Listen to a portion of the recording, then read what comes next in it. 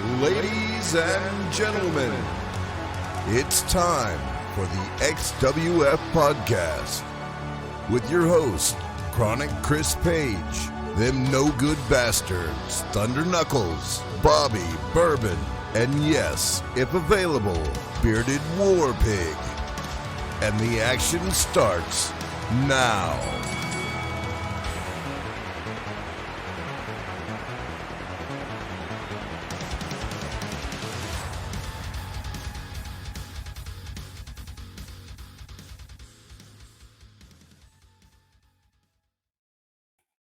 Welcome back, guys, to the XWF podcast.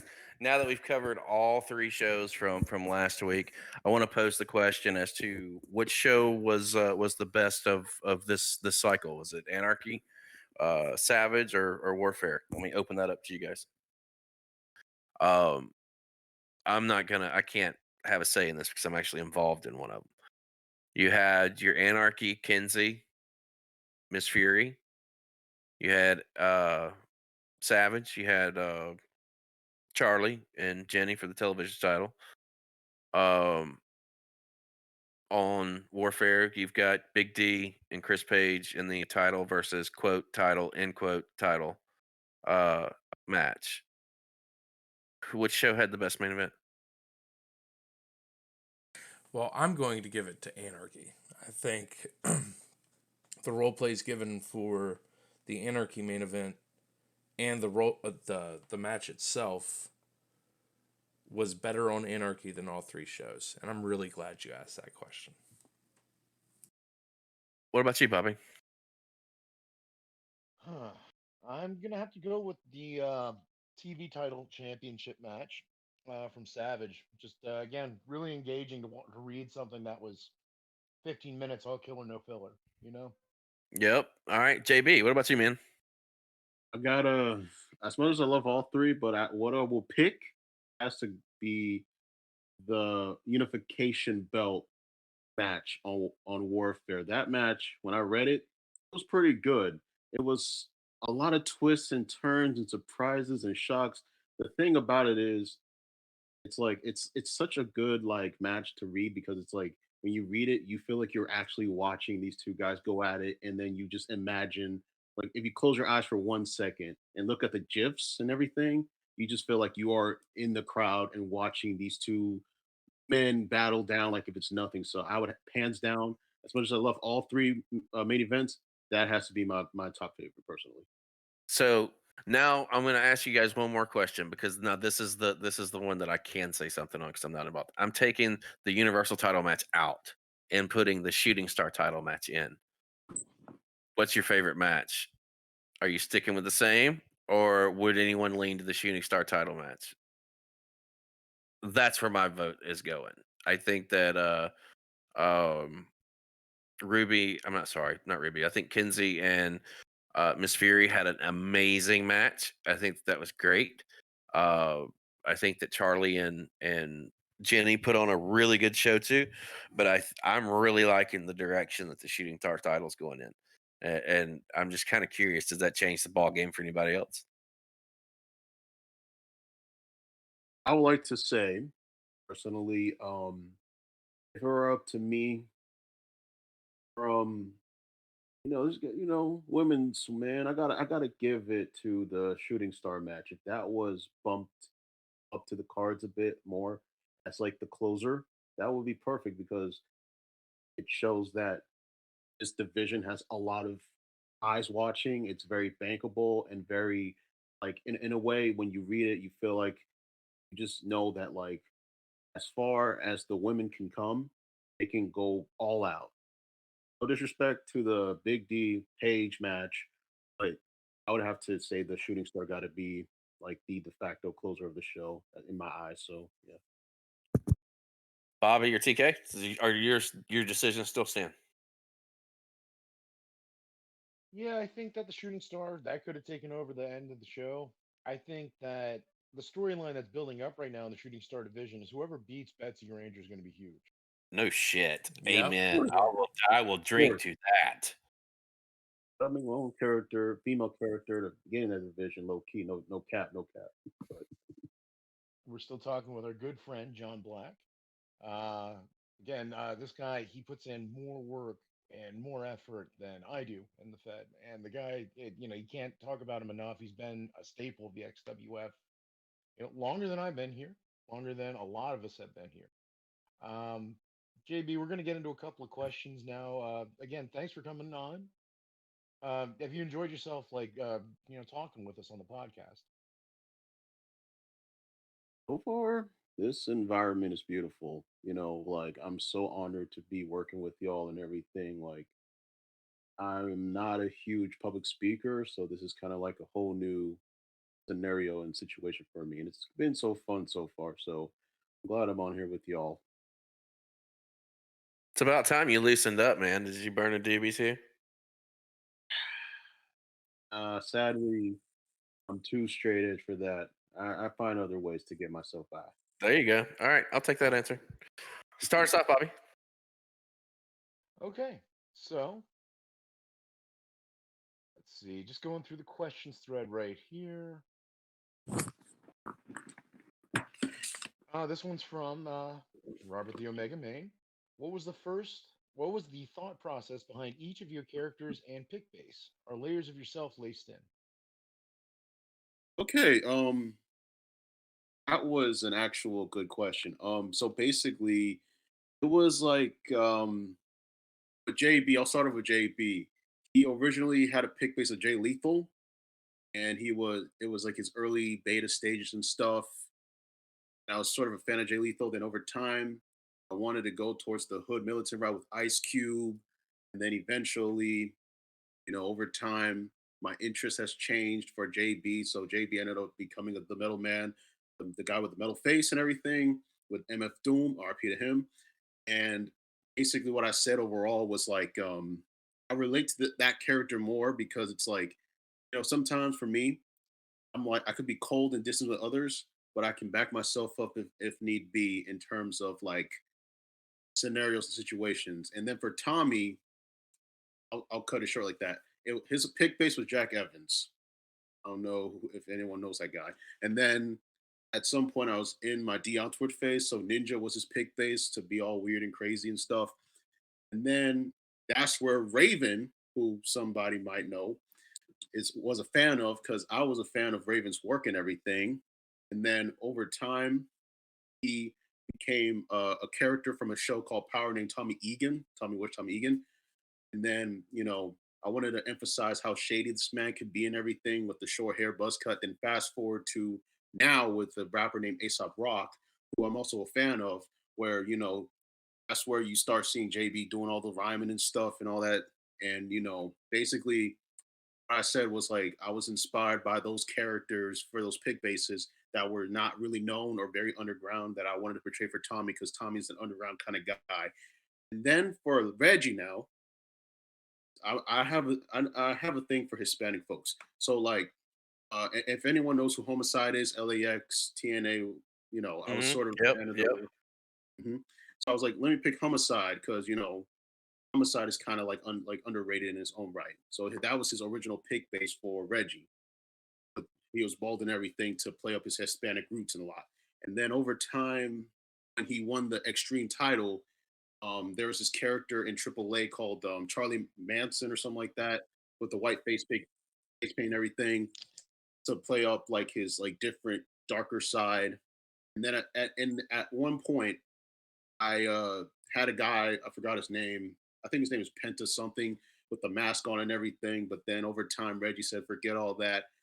I don't want to be wearing face paint and a mask. So I said, he just ended up with Zach De La Rocha from Rage Against the Machine, to play up like the rebellious nature of Reggie's side and everything. So yeah, essentially all three of these characters have something to do with me personally each. So yeah. RL Edgar asks, "What are your proudest accomplishments in the XWF?" Uh, my proudest accomplishments is honestly, there's too many to say. The best one I would say was bringing John Black back on XWF during his hiatus, and he left the company because of external reasonings. Anarchy. That's where I thought, oh, let me work with Vinny with Anarchy to get that ball running, excuse me. And then having Tommy and Reggie each have the extreme titles twice in their own reigns. So Yeah, that's sort of let's talk about that real quick. Who did Reggie beat for his last Extreme Championship? oh boy. I can't even remember. It's been a while. You can't remember? I mean, No. I can recall. I think he beat Robert May. Ah, yes, there we go. That's yes, I, you're I think I think he beat Robert Maine for that right. Extreme Championship, Yes, and to 6 degrees of separation. That happens to be a good friend of mine who, I may have to come talk to you about that. Uh, just wanted to just kind of throw that out there. Hey, Rob, I know you're out there listening. He beat you. Yeah, it happened. no, oh no, let's not go. You better come looking for him, Rob, when you get back. You got Uh, something to avenge, brother. All right, sorry, TK. Edgar's got another follow up. Who would win out of a fight? Tommy Wish or John Black? Simple, John Black. Tommy, as much as Tommy likes to front like he's hardcore and all that, John Black is about that life. He's really about fighting. He's been in the streets. He's smart, but he's been in a lot of fights in his life at some point. So in a fight, JB would have to take him out. Like he'll even apologize afterwards, but he'll have to take him out. But yeah. You've been running multiple characters for a long time now. Do you have any advice for handlers who might try the same thing? Okay, that's actually a good question. My advice is basically this: in some shape or form, have them interact with one another. It could be in promo sometimes, or segments, or even matches, if it's necessary for the story. That is, and always remember to have them be different in their own ways, so they can translate better to you as the writer and the viewers who read your stuff.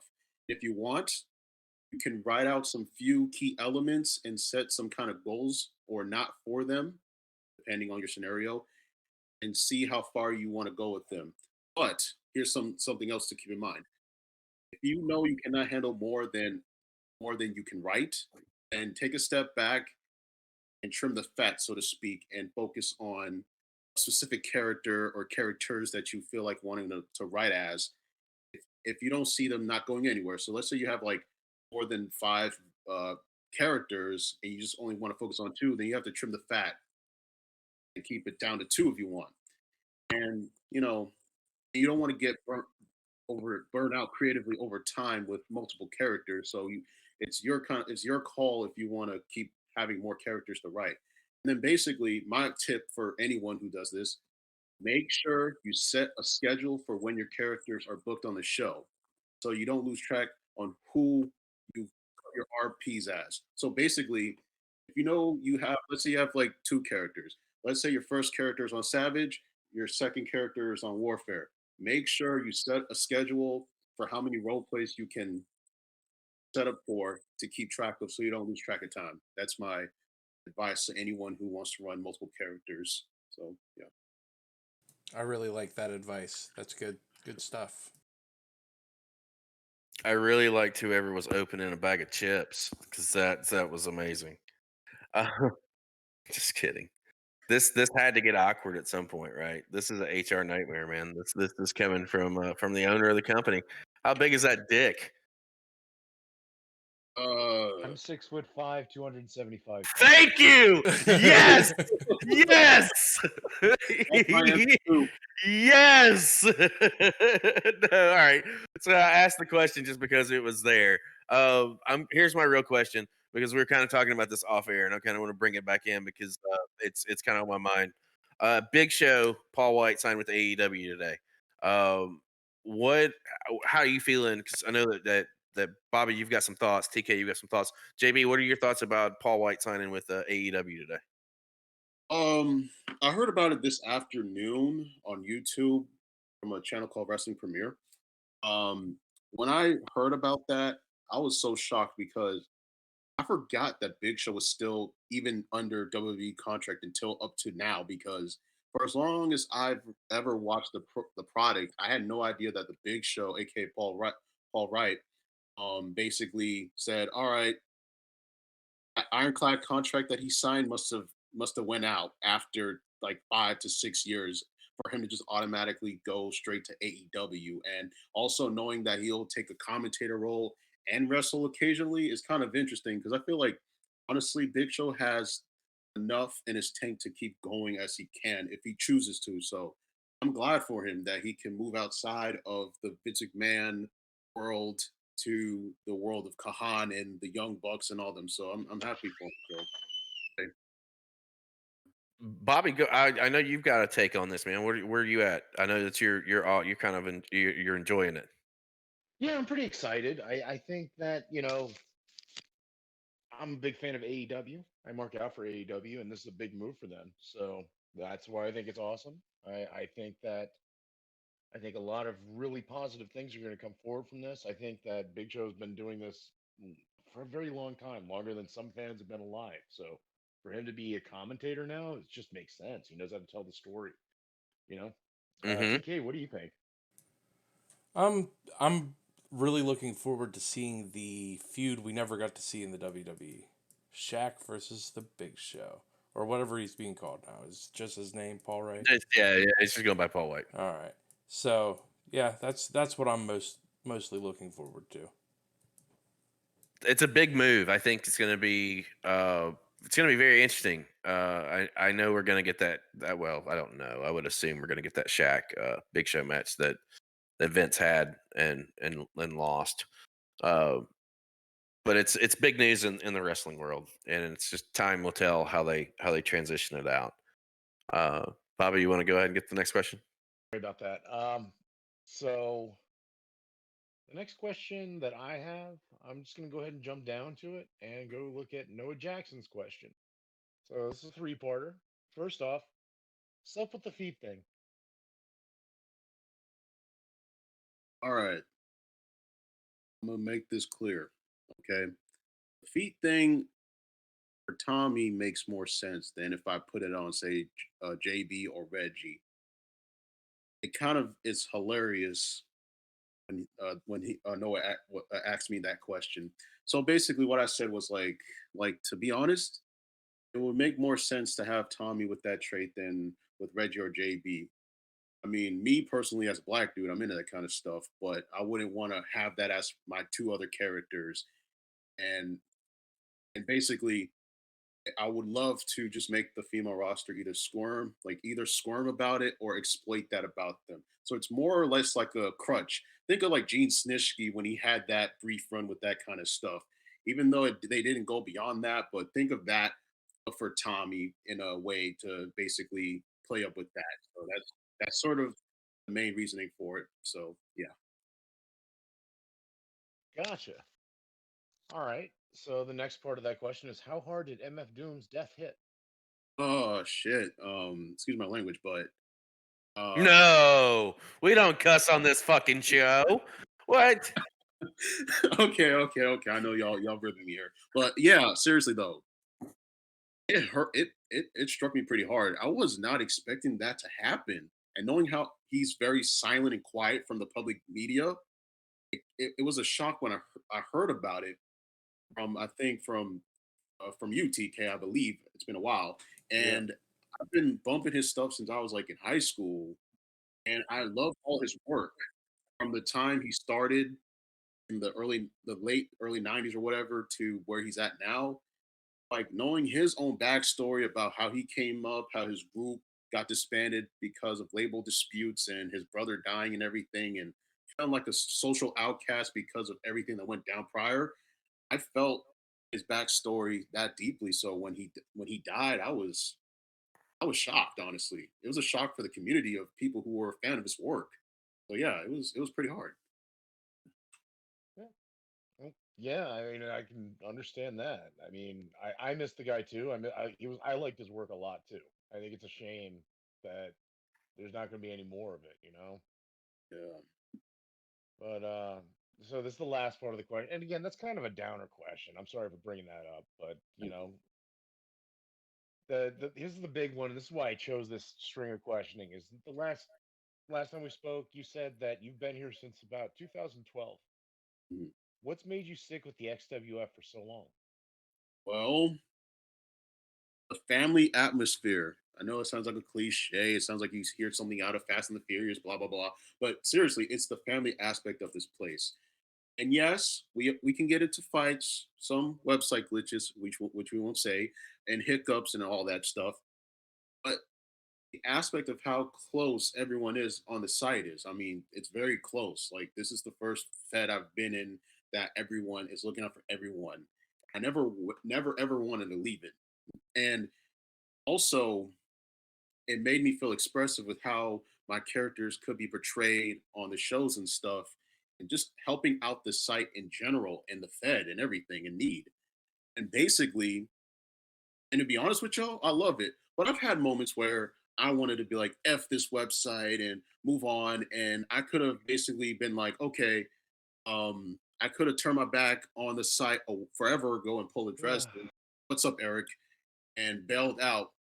But no matter what BS that heaved over my head for the time I've been on the Fed, I want to stay and see this place grow. So it's the growth that I love, and the aspect of being close is what made me stick with this Fed for so long. So yeah, I hope that answers those questions because that's actually a question I really wanted to talk about. TK. Corey asks, who was your favorite person to feud or work with? So many names, so many names. Almost everyone in the Fed, honestly. I can't really like pick a name, but if I have to choose as of right now, I have to give a shout out to Alias and Big D. Okay, so the reason for that is like um with Alias, Veggie, Extreme Title, built-in feud, yada yada yada. I loved working with the guy, promos and everything. I practically always basically kept shoehorning in the aspect of him basically putting him over. So it was like, okay, so working with Alias and having fun with pinning him down for the belt, I love it. And then with Big D, Big D practically, although I could have tried my best to churn out some promos for him, but time and everything, and I only did one for Tommy. But the way the storyline was set up and the angles were set up from the behind the scenes and everything, that made me so appreciative of how much Big D was for me. Like I've seen this man work, and that's why, to reiterate the whole beatdown and everything, I was kind of like surprised by the beatdown. But in terms of out of character, I loved working with him. So the two people I love to work with as of right now is Alias and Big D. So yeah. Okay. Rolling into Betsy. Hi Heather. And no, Bobby, there's no prom for you in the future. Uh, I'm almost any 40. There's any no way I'm going to a prom. Come on. yeah, well, I'll set it up. no, you won't. Uh, she asks, are there any dream rivalries that you would like to see play out this year? And then there's a second part to that, but we'll let you answer the first part first. Okay, for the first one, I would have to say, ooh, I would love for the Thugs to feud with every single person, but that's not realistic. So I would have to say, I would love a rematch between Reggie and Alias. Seriously, I would love for that to happen. And I've established the story where it's like how Reggie's all like, forget this belt, it's a piece of tin, but deep down inside, he wants that joint back, and he will claim his revenge by any means necessary. But as of right now, he's just chilling, waiting until the right time to strike for him. So maybe in the future, Reggie will start coming back out more often, and who knows. And then for the thugs, I don't know how to put this, and I know it might cause some friction, but I have to say, the left hand. I'm kidding about the left, but I'm kidding about that. But left hand, they don't like him. They don't mess with him. They practically just don't like how cultish they are, which is the case. But knowing how I've dealt with some of them in the past, I want to mess with them that much. But I would love to take them to feud with the no good bastards. Yes, like I said, it would cause a real conflict of interest, but they don't care. They just want to just all with them because they feel like not because of honor or anything. It's they just want to see what they got.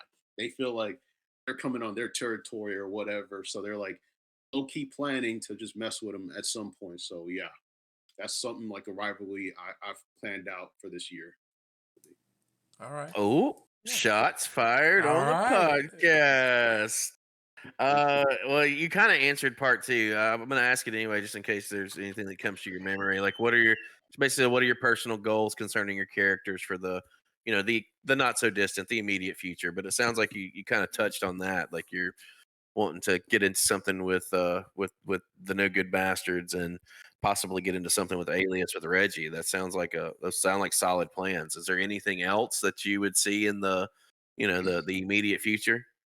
The immediate future, I said this as a joke, so hear me out on this. I said maybe after 2023, they might all retire with the distinction of having the most extreme title reigns, maybe a one-time tag team reign, title reign, and maybe, I put this highly, a universal reign, which might not ever happen.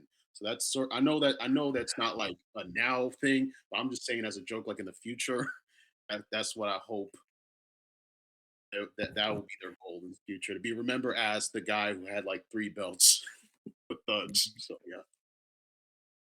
Go ahead, Bobby. If you had to name one vet and one newer role player to the Fed to face off with by the end of the year, who would they be and why? So Okay. one vet and one newcomer. Okay. One veteran I have to say is Sean Warstein, aka Fuzz. Okay. One. So His name was mentioned one time.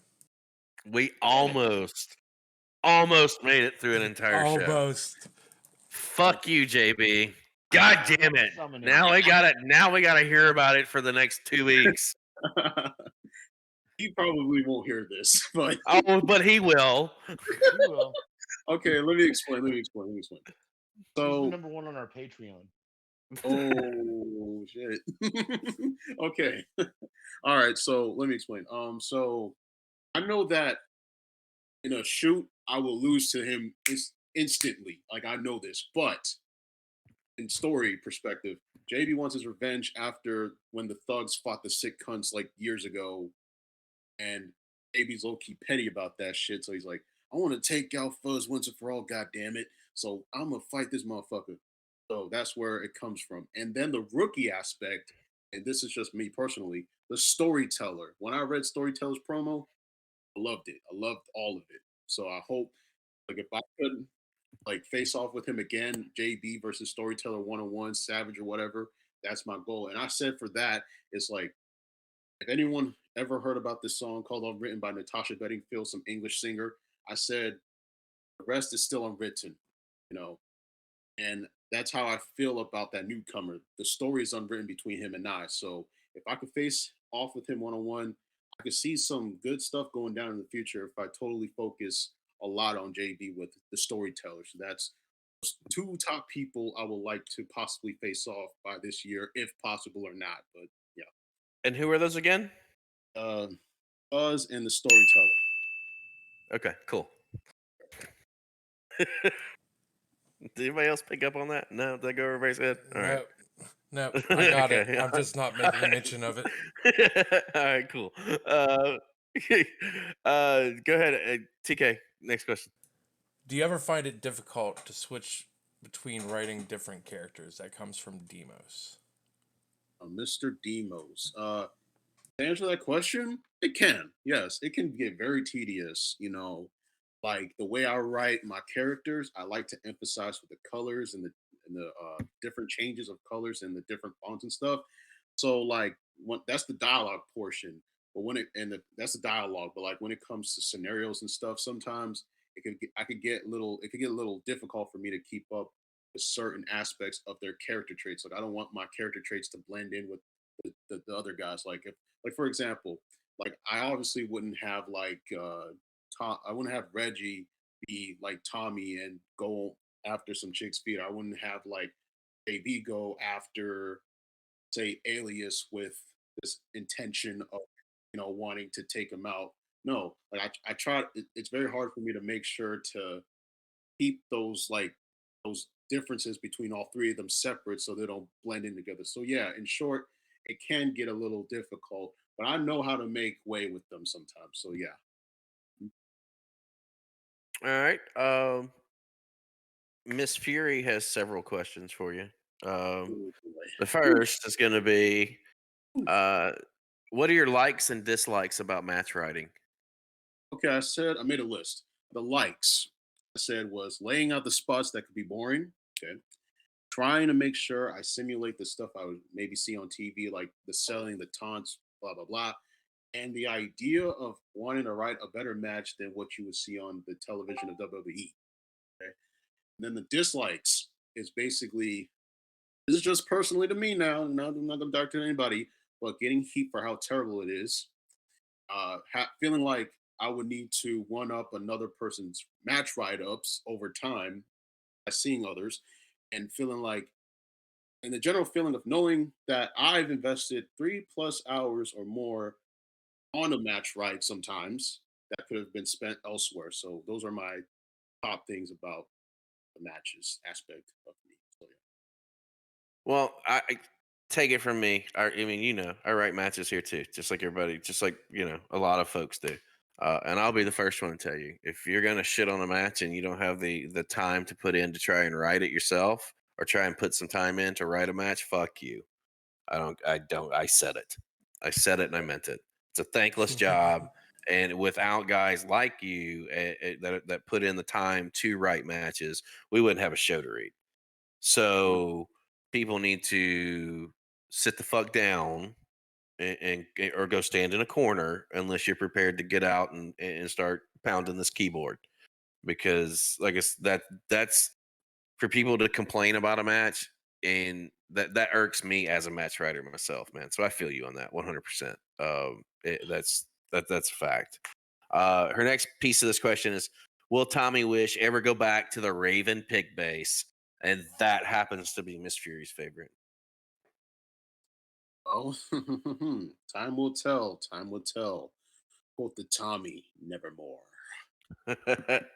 Your 5 dream opponents that you have never faced. Who would Good you, the Lord. 5 people that you've never faced that you'd like to face? Good Lord on my soul. I would say I would love to face the big Dr. Deville, Dr. Deville. No, we don't know that guy. We don't know him at all. Yeah. Okay, He, so he just tore my face off at fucking high stakes, dude. Like, just obliterated me. So I no, know, but I don't know him at all. I know that's understandable. He ended my successful run as tag champions. But no, who else you got, man? I'm sorry, RP to him. RP, I'm sorry, but it has to be Dr. Bill. Hawaiian Hardhead, something about him and his character I really would like to face off. A guy that most people will not recognize, but people who do know, his name is Trax. Holy shit, he was a fucking dope SRPer at the time. Someone, Jenny Mist, maybe. And the last person would have to be the bearded war pig. Something about his military stance and all that. I would love to face off with that, with my image of carefree and all that. So those are my top 5 people I would love to face in the nearby future. If you can challenge for any title tomorrow, what would it be? Which one and why? Hmm. Sorry to tell you this, Paige, but I would challenge for your Universal Championship. Okay. The reason is, holding that belt shows that one got the skills and the grit in this place. And I basically said, like, it would mean that I know that it wouldn't be reality until like years later. But if I ever had the chance to challenge it for it, even if I don't obtain it, it'll be so fun. I repeat, it'll be so fun to write a bunch of role plays until your fingers get tired and your eyes bleed from a 10-page thesis on why you should be the champion at the end of the night. That's my main reason. Damn right. Shots fired. Let's go. I'm gonna piggyback off of that and say, which character would you challenge as? As I've Yep. established, since I did a little like in character podcast, I established that John Black would love to go after that belt. So John Black and maybe. So yeah. I'll follow up with duly noted. Of the three brands, I think we've already kind of established that probably Anarchy is your favorite one to write for, right? Like that's kind Pretty of much. where your bread and butter's at. And, and and you're doing phenomenal in that program too, by the way. Like if we haven't already covered that, why is Anarchy your favorite? Why? Yep, just to Uh, bottom line it. Bottom line, it is the challenge of writing just one RP, 1,000 words. I love having to challenge myself into being able to one shot it just full authority, like compared to say, like I said, I still love my Savage and my Warfares, but I much rather personally test myself to see if I can handle 1,000 words in a week. So that's sort of the main reason why I like that brand, honestly. So, You literally just gave Vinny a chubby when he heard this answer.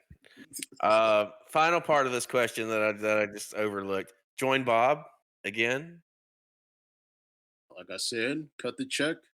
We'll be back in business sooner than rather than later. But since I know there's like a lot of people, it's gonna rival NWO's count of people. So I don't know. Maybe thugs might not want anything to do with it, but maybe one day they might come through. So be on the lookout.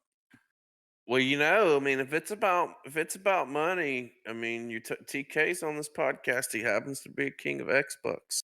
Uh, I mean, I'm just saying there.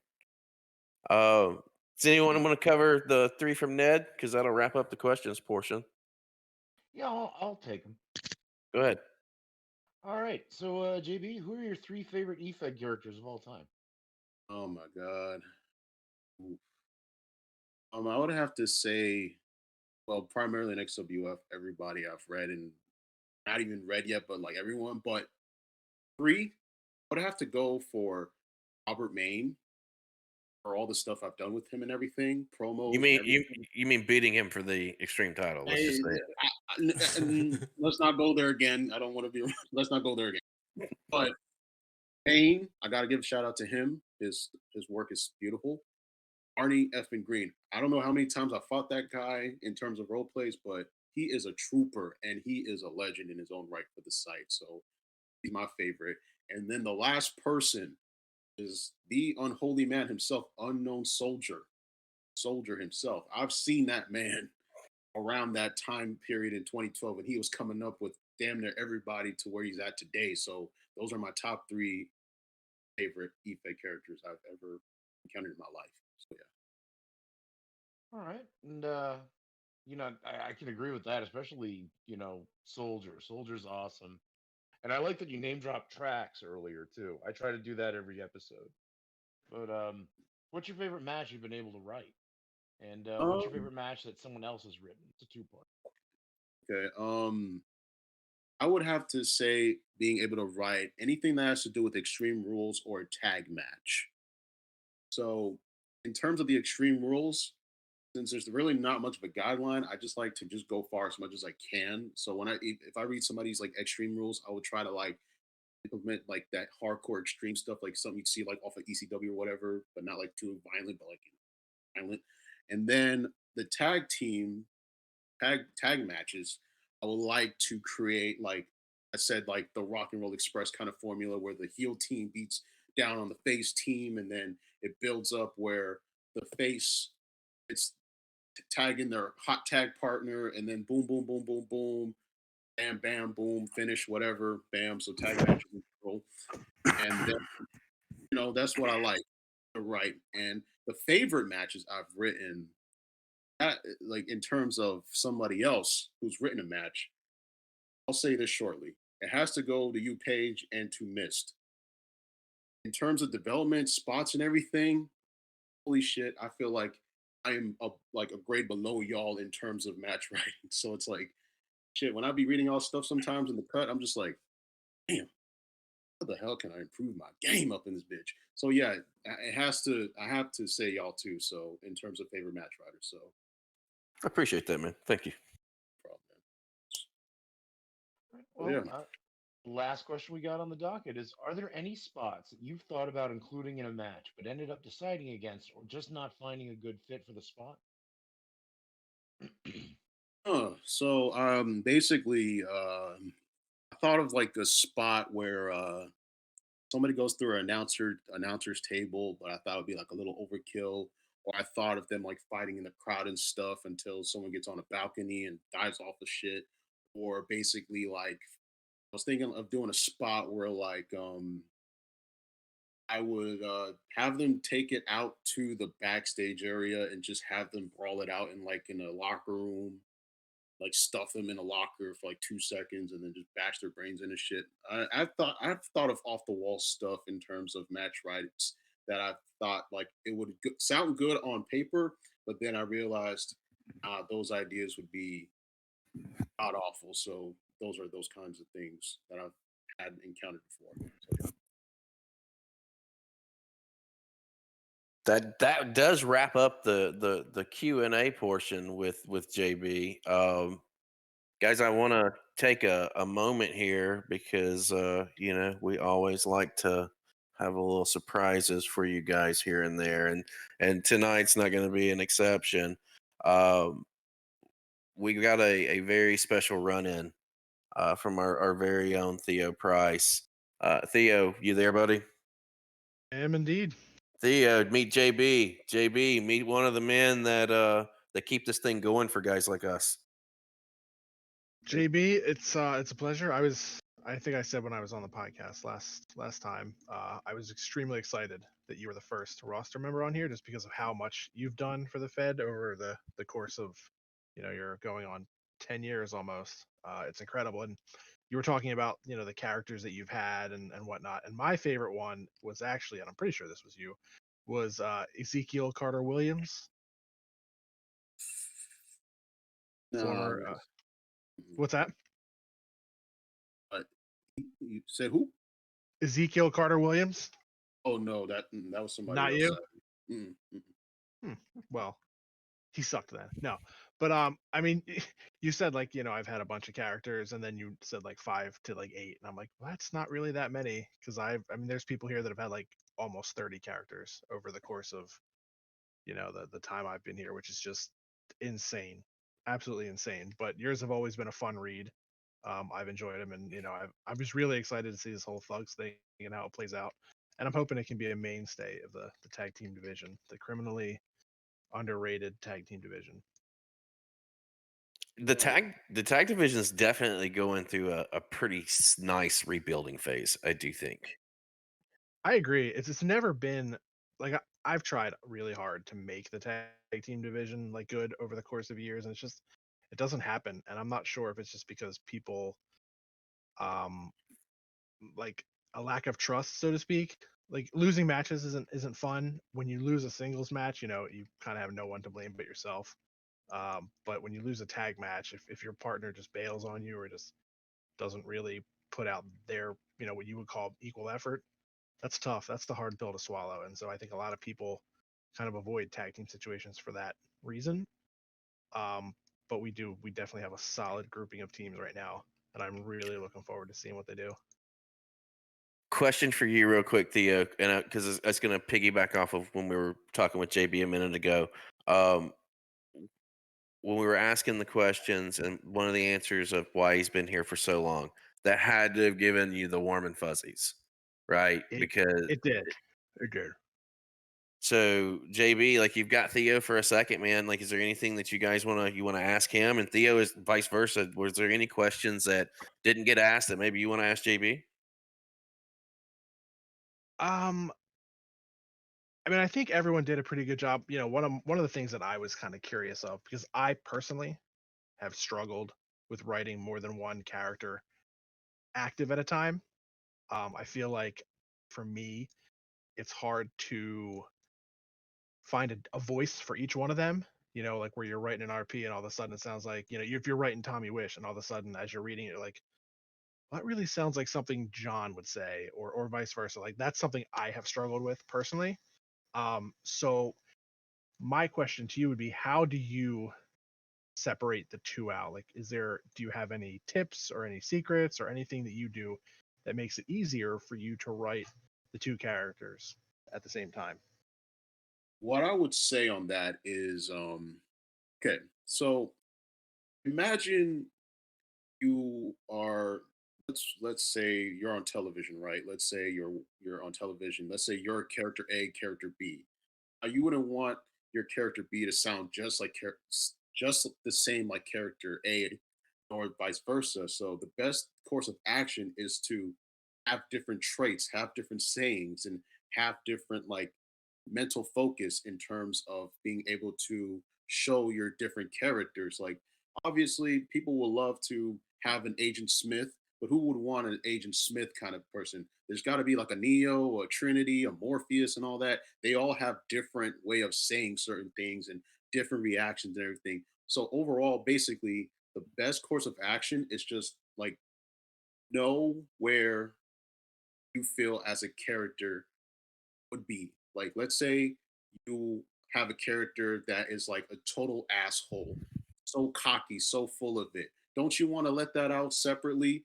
And let's say you have another character who's such a goody two shoes character, justice for all and all that. Wouldn't you want that character to basically be all goody goody sometimes? Now, there could be some shades of gray sometimes, but in order for it to be like different, you have to find it in a way to separate them from each other. So that's what I would personally say. Just look within your characters, and then in terms of speaking and stuff, have them try to sound different as much as you want them to sound different. Like when I write for like Reggie or Tommy or even for JB, I try my best to differentiate the colors, the font sometimes, and their different sayings and everything.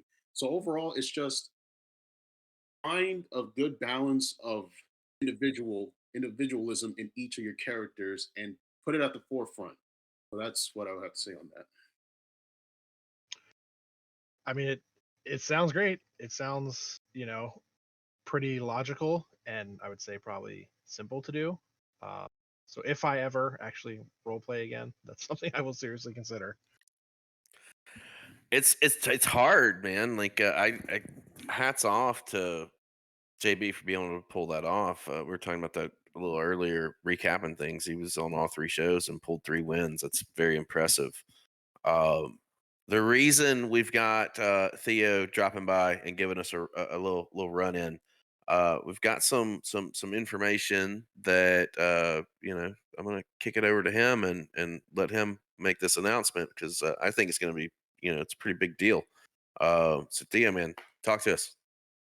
Yeah, so one of the things that has been mentioned a lot over the course of the last couple years is the top 50 list. Um, it's been around longer than I have. I know when I first started in 2013, the list had been around for a little while, and it got updated a couple years ago. I don't exactly remember when, but a couple years ago, that I think James Raven and Vinny and the former owner Shane sat down and went through the list and put it together and came up with something that was newer, and I think it included some older names. A lot of, I would say, people from Shane Carver's era, um, but over time it's clearly become outdated and in need of some adjustments. And so yesterday, Vinny Lane put together a group of 4 people, him and I and 2 others. I don't want to say their names because I'm not sure if it's supposed to be known or not. But these are people that have either been around a while or were part of previous errors, so they were able to kind of tap into some names that Vinny and I would not know. We sat down. We spent a good portion of the day. I mean, it's probably throughout the day, at least a good solid 8 hours or so, just going back and forth, throwing names out from different errors, talking about like what the requirements would be, what kind of metrics are we looking at. And I think we're at a point now where we have a solid 50 names that are on the list, and it's really just a matter of positioning and where they go. And one of the things that we did not want to do, and one of the things that I think we kind of noticed with the old list, is that there was a lot of repeat names between this list and the Hall of Legends. So what we decided to do is that anybody who was in the Hall of Legends, we would take off this list, and this list would be kind of like a, I don't want to say necessarily just active, because there are people on here that are not active in the Fed now and have not been and maybe never will be again. But anybody who makes this list, it's kind of like a, okay, so now you're on the top 50. Now your goal is to get up higher on the top 50, and maybe one day you make it to the Hall of Legends, and then you get removed from the top 50. So that's kind of what we did yesterday. Like I said, we have the names. It's really just a matter of haggling over position. For the older guys, I think they are at an advantage where they can compare the work of some of the people on the list whose names I don't know, and they can say, well, this person stacks up really well against, we'll say, a Robert Maine or an engineer, stuff like that. Whereas that's not something Vinny or I could do, because we have no idea what these people's work was like, and what accomplishments they had during their time in the Fed. So that's where we're at. I don't know exactly when that updated list will come out. I would say within the next week or two. I'm pretty confident in that. It's really just kind of fine tuning the positions of everything, and then that's kind of where we're at with that. I like that, and here's what I like more about it is when someone from that top 50 list, ascends into that Hall of Legends status, then you open up another slot that can be filled by somebody else. So it's like that there's a revolving door of top 50 that and I think working your way into that Hall of Legends deal is phenomenal. I think that opens the door for a lot of people down the line. Well done. I like that. Yeah, I mean, and there's always new people coming in the Fed, and if the lists, if we kept names on there that were in the Hall of Legends, then we're always going to have a top 50 list that it really isn't top 50. It's 5, 6, 7 slots that we're kind of playing with. So Mhm. taking everyone off that was in the hall to us made the most sense. And we also limited it to one character per handler, rather than, somebody who, has had 3, 4 really successful handler or really successful characters. But if you have a list of 50 people and it's like 8 different handlers, like that's kind of weak. So we wanted it to be one person. And if somebody graduates from that list into the Hall of Legends, we'll say Sebastian Duke, right? He's in the Hall of Legends. Thaddeus Duke is on this list. If Thaddeus Duke gets to a point where he graduates into the Hall of Legends, so to speak, he won't get a second Hall of Legends plaque, quote unquote. He'll just be Duke mentioned just said in, "damn it" in chat. I'm just pointing that out. what do you say? He just went "damn it." Well, that doesn't shock me. His head is probably bigger than anyone else's in the Fed. Um, so his plaque will say Sebastian Duke also handled the characters of Thaddeus Duke or whoever else it might be. So we will certainly recognize the work they did with these other characters, but really the list is just a limit of one per character, or one character per handler. I love it. I love it. I think that's amazing. Um, Theo, I mean, I don't know if you want to hang out while we go over the cards for the upcoming shows, but that's up to you. I know that Bobby wants to do wants to treat us with a little something. Yeah, I wanted to read an RP. Um, I do have to, fortunately, sign off kind of soon because I got to go get ready for work. But I wanted to read and share one of my favorite RPs of the past cycle. Uh, actually came out 2 days ago by Mr. Jim, the Jim Jimson, a missile, a muscled up black man, and of course, dolphins. Our story starts with Jim sitting in the void, doing nothing in particular. Jim Jimson. Wait, that's not true. I'm not Cool Jimson. What's up, loser? Jim Jimson. Fuck off, Cool Jim. Nobody likes you, you annoying ass. Cool Jimson. Well, shut up. I'm going to be wrestling against Twink number 1 and Twink number 2 in a tag team title match. Jim Jimson. You mean Corey Smith and Thaddy McDaddy Duke? Cool Jimson. I hate the name Thaddy McDaddy Duke. I don't want to speak about him again.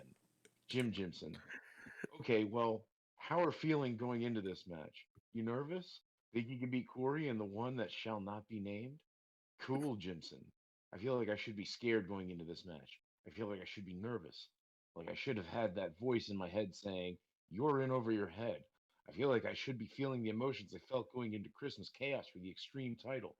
That is the only match I've had before with stakes this high. But going into this, I feel nothing. Because when look at my opponents, I remember that they were and then see what they've become. I remember back to Christmas Chaos. I remember seeing the engineer coming out on top in the main event. And now I see Corey Smith facing shooting star fodder and returning veteran number 2218301AF. And I don't feel worried. I remember watching Lux versus Unknown Soldier at Lethal Lottery for Universal Championship. And now I see Corey trying to act like he's not going to smash the hell out of Thad after court. Jim Jimson. Yeah, you really embrace the ways of the jobber, Corey. I wish I was a star, just so I could fall so far like you have. It really makes you look more like a jobber when the wrestling fan has to explain to their niece that, oh, this guy used to be cool and that's why we like him. That's the type of stuff that only you as a jobber can bring to the table, Mr. Smith. With a bit less exercise and a lack of moderation when eating junk food, you could really become a top jobber. Cool Jimson. This guy went from cool assassin lady to evil virus person to a twinks that's not hot gay. Jim Gibson, sniffle. Inspirational shit right there. I can see the 30-minute YouTube video about how the XWF creative team ruined Corey Smith's career already. A true legend. Cool Jimson. Corey didn't even win the tag team titles, and he got them passed along to him. Lux or Engineer.exe, on the other hand, I think they would have been able to win the tag titles, but nobody jumps off a hill. They tumble down. Jim Jimson. Doc wouldn't stair step in the ring with me. He couldn't hit another member of the Bald Brotherhood. Cool Jimson.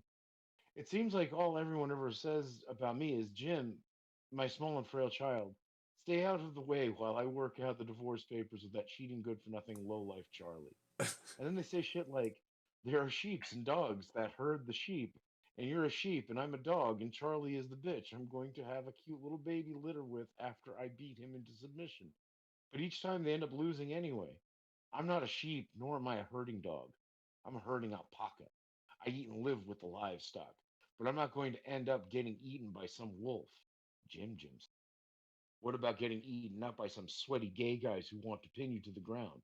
Cool, Jimson. If it wasn't a match, I'd let them eat me up all they want. Jim Jimson. Huh? Cool, Jimson. No way. I'm going to kick their asses. Charlie. I'll beat Oswald to the fucking punch. Strangely, to cool Jimson's surprise, Jim hears Charlie yelling from below him. Charlie. I didn't ask you to do that. I didn't ask to be like this. What's wrong with me? Cool Jimson. What's going on? We're in the void. Why is Charlie below us? Jim Jimson. I didn't say we were in the void. That pesky narrator said we were in the void. Never trust the narrator. We're in Charlie's attic. Cool Jimson. What do you mean we're in Charlie's attic? I hate that guy. All he did for me was trick me into fucking some tranny. Charlie, fuck you. Jim Jimson. Did he hear us? Cool Jimson. I don't know. Jim Jimson. I think he can only hear you. He was pretty pissed off at you. That's why you talk in the void, not out in the real world. This is why I'm Jim Jimson and you're the other Jimson. Cool Jimson. Shut up, shut up. I don't think he was that angry. He probably says fuck you to his mother. Charlie. Yes, yes. I will kill him for you. For all of us. Jim Jimson. For all of us? Oh no. Startup Protocol A3. Charlie is getting brain raped by the dolphins. Cool Jimson. What are you talking about? Jim pulls off the top button of his blouse and taps it 3 times, then transforms into a spray bottle of watered down dolphin semen. Jim Jimson. The dolphins have taken over his body, but if I spray enough dolphin semen onto him, the dolphin's primal urge to mate will start up, and he'll start doing a mating dance before dry humping the floor while yelling eek eek eek. Laying passed out from the dry humping, we take the dolphin out with the lobotomy pole. Cool Jimson. What the fuck are you? Jim Jimson. I'm dropping in. Jim Jimson proceeds to belly flop down from Charlie's attic. Jim Jimson. Dolphin son of a bitch. Jim proceeds to pull off a kick up and sprays dolphin semen into Charlie's masked face. Demos. Oh, what the hell? Demos starts to cover his face with his hands as he falls off the bed, pushed back by the sheer force of the pressurized dolphin semen spraying at him from Jim's high-tech bottle. Jim. Oh, good. The dolphin disease is worse than I thought. They are making you wear some ugly mask, and they made your color code change from red to blue. How horrific. Jim continues to spray dolphin semen at Demos as the man squirms around on the ground. Demos, stop it, stop it. How did you get here? Stop. Jim, I came through the doggy door? Demos picks himself up off the floor as the dolphin semen continues to fall onto him. Once to his feet, Demos quickly jumps over the bed and tackles the bald man, spraying him down with dolphin jizz.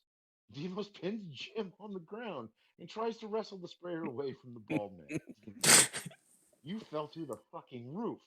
I obviously don't have a doggy door. I'll say it again. How did you get here? Jim tries to spray more dolphin semen at Demos again, but Demos snatches it off Jim's. Jim realizes that if he doesn't change the subject, Demos is going to realize that Jim has been living in his attic for the past 3 months. Jim, let's not get off track from the main topic, okay, Dolphin? I know what you did with Charlie. You think I don't know? The old stick someone else's consciousness into a person and chill out in their head trick. Come on, are you going to create a virus called the Carpenter in Charlie next? Worse, they're going to put the SeaWorld employee in you. Demos, Jim, I'm not a fucking dolphin. Jim, oh yeah? Prove it by giving me back that bottle. Demos, no, you're just going to spray me again. What even is this crap? Some sort of high class shampoo? Demo steps off of Jimson and climbs to his feet, allowing the small bald man freedom of movement once again. Jim, so obvious that you're a dolphin, dude. Jim goes to grab the spray bottle out of Demo's hand, and Jim surprisingly pulls it off. Seems like Demo's attention is not with Jimson, but with the wall, or something in front of the wall, something only Demos can see. His eyes glaze over. Jim sprays Demos again. Demos, for fuck's sake, Jim, stop! I hate dolphins. Jim, who are you talking to, huh? Your dolphin overlord giving you an order of destruction? Demos, he's not giving me orders and he's not my overlord, I don't think. Jim, oh, so he's just a dolphin passing on a message? Demos, what? No, I'm not talking to a fucking dolphin. Jesus, Jim, I never knew you could be so damn annoying. Jim, yeah, you didn't because you're not Charlie. You're a dolphin. Demos, listen to me. Blah, blah, blah, blah, blah, blah. Or at least that's what Jim heard. Jim isn't listening and it's making a call into a radio. Jim, roger that. Don't know if we can do it. Currently going through protocol A3. Over. Demos, where did you get a radio? Jim, roger that. I understand the situation. Send the missile to my location. Over. Demos, send the what? Jim proceeds to dive under a dining table as Demos begins to panic. Fighter jet flies past Charlie's house as Demos watches the missile coming this way. Jim, get the fuck down! There's a brief intermission. After our brief intermission, we come back to see Demos and Jim in the ruins of what is left of Charlie's house. Demos, my house, it's destroyed. Jim, quiet, Dolphin. I'm looking for the missile. Demos, the missile. Missile? The missile? The missile is spread all over what is left of my damn house. Jim, it doesn't matter. We'll just retcon the fact your house got blown up in the promo. Ah, here it is. Jim pulls out the head of a missile. Jim taps the bottom of the missile and does a quick retinal scan. Demos, what the hell are you doing? The head of the missile opens up, and a hologram of a burly black man appears. The hologram is dressed from bald head to toe in green military fatigues. Question mark. DDS. I am making a call for your help. Posadian separatists have declared war on North Korea. They are trying to take advantage of the weak leadership my brother's regime brings. Demos. Autogog. Jim. Huh? Was the legendary condition met? No way it was. Johnny Legend is too big of a jobber to win that title. Question mark. No, these Dolphins don't believe in the legendary condition and have acquired enough funding from their dastardly business, SeaWorld. Demos. Jim. Damn. They are striking right where it hurts the most. In the tainted nation of North Korea. Question mark. You and Charlie were powerful enough to wipe out 5,269 dolphins in your tour through Posadia. You think you can do a dent in the Posadian army to make them retreat from the great land of North Korea? Demos. What the fuck? Jim. It's my cousin Jim Jong Un. Demos. Jim Jong Un, like Kim Jong Un? Jim Jong Un. That idiot is my good for nothing brother who loves dolphins and ruined the country. He failed Jewish communism The only type of communism that can work. Jim, yes, Jewish communism is the best communism. Demos, wait, Jims are communist? Jim, of course. One day when Kim Jong Un is dethroned, Jim Jong Un will come in and take the grand name of Supreme Leader of North Korea and fix the nation to create a true communist utopia. Jim Jong Un. So will you help us and save the great land of North Korea? Jim, this is perfect. So Charlie, if you're not a dolphin, help me take out the Poseidon army. Demos. Jim, I'm Demos. Charlie has long since passed on, but to prove my loyalty to the team, I will help. Jim. Demos, Charlie, whatever. Fake dolphin name is a fake dolphin name, bucko. Gunfire is heard in the background as Jim Jong Un's audio. An immediate look of terror flashes across the muscular hunk's face. Jim Jong Un. Oh no! On Lennon, the Dolphin advance is coming quicker than we thought. Dolphin Destruction Squad. Jim pulls off the second button of his shirt and begins to chew on it. He spits it out and becomes a plane. Jim, quick, get on my private jet. We got to get to North Korea now. It runs off nothing but the blood of dolphins, so I got lots of fuel to run this. Will our heroes be able to get into the rescue of Jim Jong Un in time? Or will they be too late and North Korea will be the new Posada? Make sure to tune in next time to find out. Jim, shut up, narrator. You just told me to shut up. We say all That that to say. and that is a Jim Jimson promo. And that I am a fan of Jim Jimson, and you can too. This is a Amen. very good. It's a very good point. Um, we're gonna roll into the next set of shows, guys. All right, Um, if you guys want to do the previews on that, I do have to cut out and get ready for work. yeah, go do your thing, Um, bro. Thank you so much for letting me be a part of all this, JB. It's been a pleasure talking with you. Theo, thanks for coming around again. Absolutely. All right, we move on to Wednesday Night Warfare, March the 3rd. We're over in Barcelona, Spain. Anybody that knows me knows that I can't pronounce these long ass words. Bobby, where are we at? We're in definitely okay. I'm gonna try to pronounce this with the proper accent, as though I were from España, specifically Barcelona. So it'll be the Llobregat Center. Llobregat Center in Barcelona, España. You're way better than I am. Kicking off this show in Barcelona, Spain. Fallout from last week. One of the many fallouts from last week, if we're being honest. Am I right? Thaddeus Duke will take on Big D in singles action. From there, guys, we move into the warfare part of the equation for March Madness. We got several first round matches. I'm just going to run through them real quick, and then I'll kind of open it up to you guys, and we can kind of discuss what you're most looking forward to. The first round match is going to be Melanie Crazy Childs taking on the White Spider, Sean Wild. Sean's name is actually spelled correctly on this show and on this card, so good job to the powers that be for learning how to spell correctly. Fucking wild, man.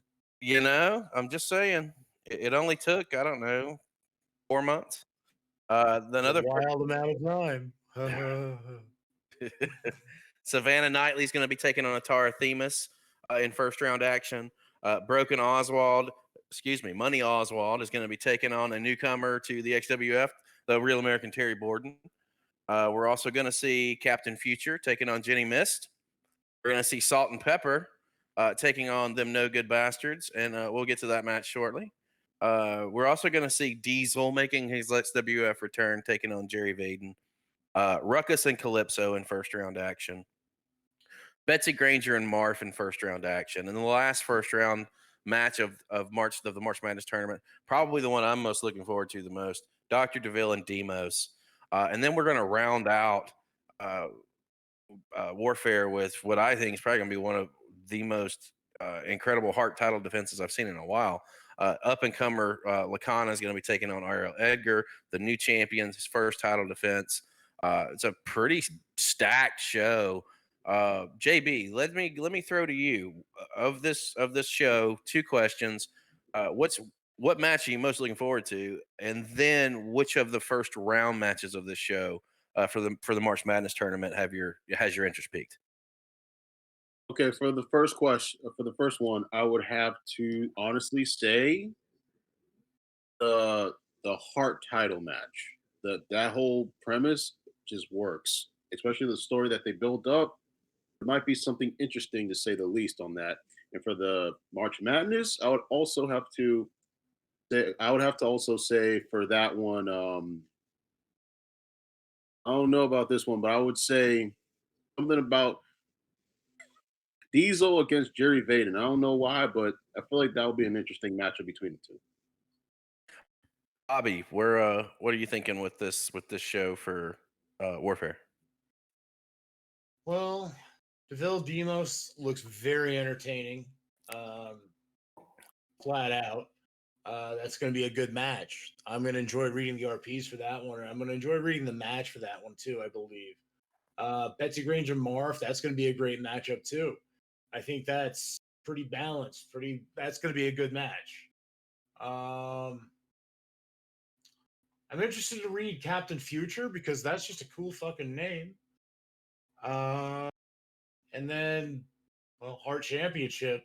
You can't sneeze at that. You got Edgar versus Lycana. I called it before. I think Lycana has a shot at the Heart Championship. This might be it. Who knows? We'll see. TK, what do you think? Well, the matches that I'm most looking forward to are Big D versus Thaddeus Duke from the fallout of last week. I also am very excited to see Diesel versus Jerry Vaden.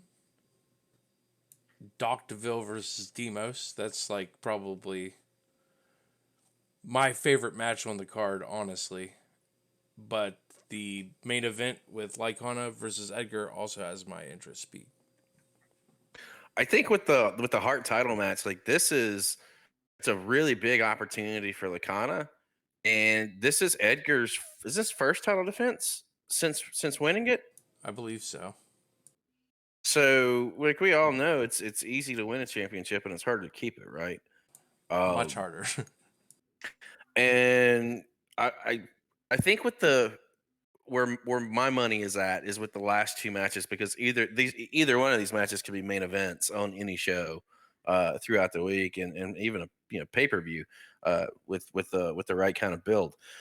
I think that Edgar and Lakana, like they've started telling some stories here we saw in the last Warfare, and I think I have to agree with JB. I think there's more that meets the eye with what we may see happening within this main event specifically.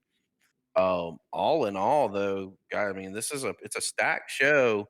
Uh, and one to keep your eyes on because, as we all know, the first round winners advance to Savage, and there's no rest for the weary in this tournament. Like you're right back at it. Um, I do want to touch on something with them no good bastards. I'm kind of curious. Is there going to be some shooping going on Wednesday night when you guys tangle with the ever dangerous tag team of Salt and Pepper? It's the condiments, and you can't sneeze at salt and pepper. Does it make you want to shoop though? Shoot to whoop. What about you, TK? I wouldn't say it makes me want to shoot. Nope. So my next question would be, um, where are both of your heads at around the tag team scene right now? Um, I know you guys want the shot at March Madness. You have Morbid and you have Mastermind kind of clamoring. You have Lakana and Marf. We just saw DDS, or will see, excuse me, a DDS challenging for the tag titles. Who do you think's going to get the shot at March Madness and why? Well, as for who's going to get the shot, I hope it's us. Is it really going to be us? Maybe not. But I like to think we lined up a match that's a tag match at the pay per view at the very least because we're still gelling as a team, and working with one another, and I'm excited for what we're building towards. But we're still building it, but we'll get there. I have I no think doubt. I think we need to see a them no good bastards and the thugs hooking it up in short order. JB, where are you at with that? Oh, I'm not sure on that. Time will tell. Time will tell. Well, I mean, Thanks. guys, I hate to say it, but I think we've got this one in the can, man. Well, that about wraps it up for episode 4, guys. We're 4 into this party. How's everybody feeling so far? With all the progression, considering we're furthest from professionals in the podcasting world. Well, I feel like it's just like that movie, The Three Amigos, and we're the Three Amigos, and that was a good movie. And all right, Everybody seems to be liking it, so we'll keep doing it. Well, I tell you what, I almost forgot, and I think I'll go ahead and touch on it now. So we all know that over the last what 4 5 months we've had some technical issues on the website side of the XWF, right? I think we all know what I'm talking about, what I'm referring to, correct? yeah, we're all well aware. Mhm. Yeah. Well, you know, I was gonna keep my mouth shut and just let it all play out, but now that we're kind of through all that with the server change and uh, taking access away from children who just I just I guess don't understand the concept of being an adult. Um, and I just want to say this, and I mean this wholeheartedly. Fuck anybody who has to stoop to levels that have been stooped to take a hobby away from people because he doesn't know how to fucking act like a grown man. Um, I it embarrasses me to know that there are people that walk this planet that have that little regard for work that other people are doing because they enjoy to do it. Um, I'm personally ecstatic that this dark day is behind us and that we can all move forward collectively as a Fed, as a family. 'Cause that's what we are. We're all a bunch of nerds who sit in front of a computer and write stories. Nobody is better than anyone else in that regard. We're all doing the same thing. Um, to have that, threatened to be taken away and to be held over Vinny's head and Theo's head, and uh, it's it's a new day. You know what I'm saying? Like it's a new day for the XWF, and I will bottom line it one more time by simply saying "fuck you." And I will leave it at that. And if anybody else wants to piggyback off of that, you're more than welcome to. If you don't, that's fine too. Um, if anyone has a problem with anything that I have to say, I'm a grown man. I have no problems in having a civilized discussion, and I have no problems with listening to what you have to say, but you will listen to what I have to say as well.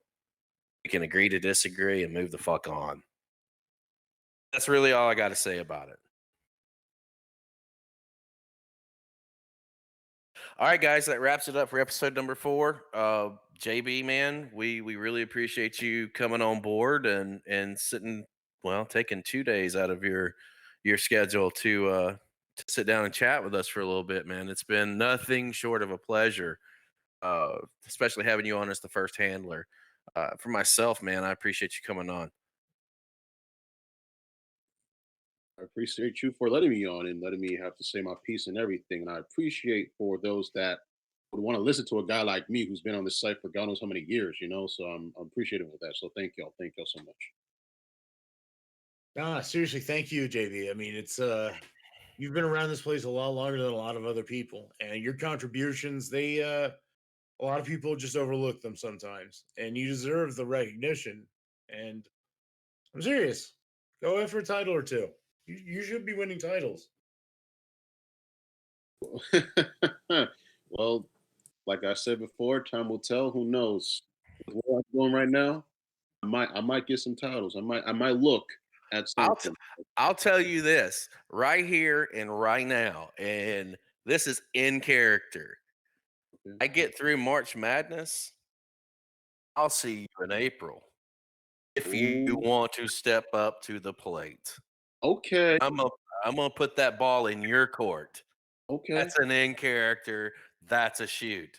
You want a shot? I get through March Madness. You got a shot. All right. In character, I'm gonna tell you this. Brother JB says, "You're on, sucker. I'm gonna meet you in that ring, and we gonna tear this club up. Better yet, I'm gonna tear that ring up.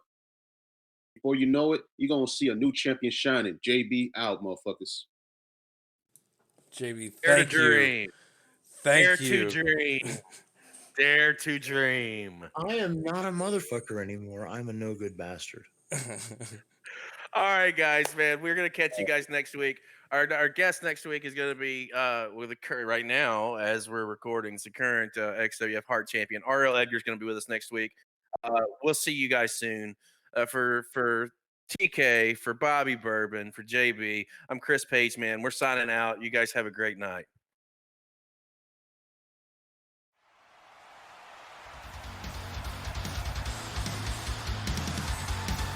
Thanks for listening to the XWF podcast. Don't forget to like and subscribe to the XWF YouTube channel. Follow us on Twitter at XWF1999. And don't forget to check us out at XWF99.com. Be sure to join us next time where the action never slows down.